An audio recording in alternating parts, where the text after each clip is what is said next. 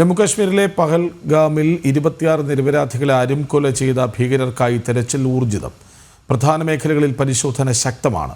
അതേസമയം നിയന്ത്രണ രേഖയിലും രാജ്യാന്തര അതിർത്തിയിലും കനത്ത ജാഗ്രതാ നിർദ്ദേശം നൽകിയിട്ടുണ്ട്. വിവരങ്ങളുമായി എസ് നന്ദഗോപനൊപ്പം ചേരുന്നു. നന്ദഗോപൻ, ഇന്ന് ഇതേ താഴ്വരയിൽ നന്ദഗോപൻ പോയതാണ്. അവിടെയൊക്കെ വിന്യാസം, അതായത് സൈനിക വിന്യാസം എങ്ങനെ, സുരക്ഷാ ക്രമീകരണങ്ങൾ എങ്ങനെ?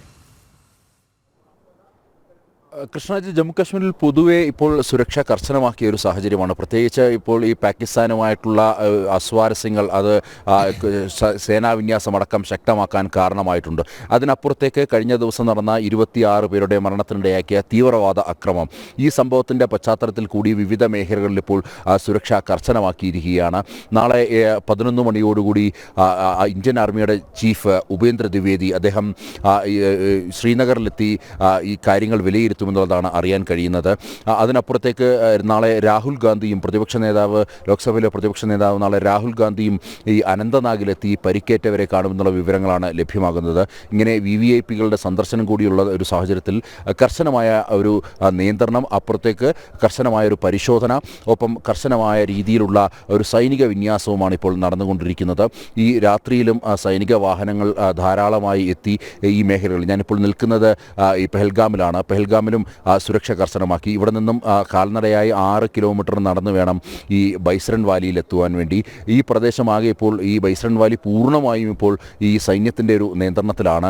കഴിഞ്ഞ ദിവസം ഈ ഒരു അക്രമ സംഭവം ഉണ്ടാകുമ്പോൾ അവിടെ സൈന്യത്തിൻ്റെയോ അല്ലെങ്കിൽ മറ്റ് പാരാമിലിറ്ററി ഫോഴ്സിൻ്റെ ഒന്നും സാന്നിധ്യം ഉണ്ടായിരുന്നില്ല. അത് ഈ ഒരു അക്രമത്തിന് വഴിവെച്ചു എന്നുള്ള ആക്ഷേപങ്ങൾ ഇങ്ങനെ നിലനിൽക്കുന്ന ഒരു സാഹചര്യത്തിൽ ഈ മേഖലകളിൽ കൂടി ഇപ്പോൾ സൈനിക വിന്യാസം ശക്തമാക്കിയിരിക്കുകയാണ്. പ്രധാനമായും പ്രതിരോധ മന്ത്രാലയം സൂചിപ്പിക്കുന്നത് സംസ്ഥാന സർക്കാർ ഈ പെഹൽഗാമിലെ ഈ ബൈസ്രൺ വാലി എന്നുള്ള ആ ഒരു സ്ഥലം അത് തുറന്നു നൽകിയതുമായി ബന്ധപ്പെട്ടുള്ള വിവരങ്ങൾ ഡിഫൻസ് മന്ത്രാലയത്തിന്, പ്രതിരോധ മന്ത്രാലയത്തിൽ നിന്ന് നൽകിയിരുന്നില്ല എന്നുള്ളത് തന്നെ. അതുകൊണ്ട് തന്നെയാണ് അവിടെ ഒരു സൈനിക വിന്യാസം ഉണ്ടാകാതെ പോയത് എന്നുള്ളതാണ് പ്രധാനമായും പ്രതിരോധ വൃത്തങ്ങൾ നൽകുന്ന സൂചന. ഏതായാലും ബാക്കി ഇടങ്ങളിലൊക്കെ തന്നെ ഇപ്പോൾ ഈ മുഴുവൻ മേഖലകളിലും ഈ സൈന്യത്തിൻ്റെ ഒരു വിന്യാസം ഇപ്പോൾ പൂർണ്ണമായിരിക്കുകയാണ്. അതിനപ്പുറത്തേക്ക് അതിർത്തിയിൽ ഇപ്പോൾ സുരക്ഷ കർശനമാക്കിയിരിക്കുകയാണ്. പ്രത്യേകിച്ച് അതിർത്തി വഴി നുഴഞ്ഞു കയറുവാനുള്ള ശ്രമങ്ങൾ പലതവണ ഉണ്ടായി. കഴിഞ്ഞ ഈ ഭീകരാക്രമണത്തിന് ശേഷം പലതവണ ഈ അതിർത്തി വഴി നുഴഞ്ഞുകയറ്റമുണ്ടായി. അതേപോലെ തന്നെ ഈ അതിർത്തിയിൽ സൈനിക വിന്യാസത്തിനായി അല്ലെങ്കിൽ കൂടുതൽ സേനയെ ഈ മേഖലയിലേക്ക് എത്തിച്ചുകൊണ്ടിരിക്കുകയാണ്. പ്രത്യേകിച്ച് BSFൻ്റെ കൂടുതൽ സേനാ വിന്യാസം ഈ അതിർത്തി മേഖലയിൽ ഇപ്പോൾ കർശനമായി ഏർപ്പെടുത്തിയിരിക്കുകയാണ്. ഒപ്പം ഈ അതിർത്തിയിൽ മറ്റ് സായുധ വിഭാഗത്തെ കൂടി വിന്യസിക്കണമെന്നുള്ള അഭിപ്രായങ്ങൾ അല്ലെങ്കിൽ അത്തരം തീരുമാനത്തിൻ്റെ പശ്ചാത്തലത്തിൽ മറ്റ് സായുധ വിഭാഗങ്ങളെ കൂടി, അതായത് CRPFൻ്റെ ഈ കമാൻഡോ ഫോഴ്സിനെ കൂടി ഈ മേഖലയിലേക്ക് താൽക്കാലികമായി വിന്യസിച്ചിരിക്കുന്നു എന്നുള്ളതാണ് അറിയാൻ കഴിയുന്നത്.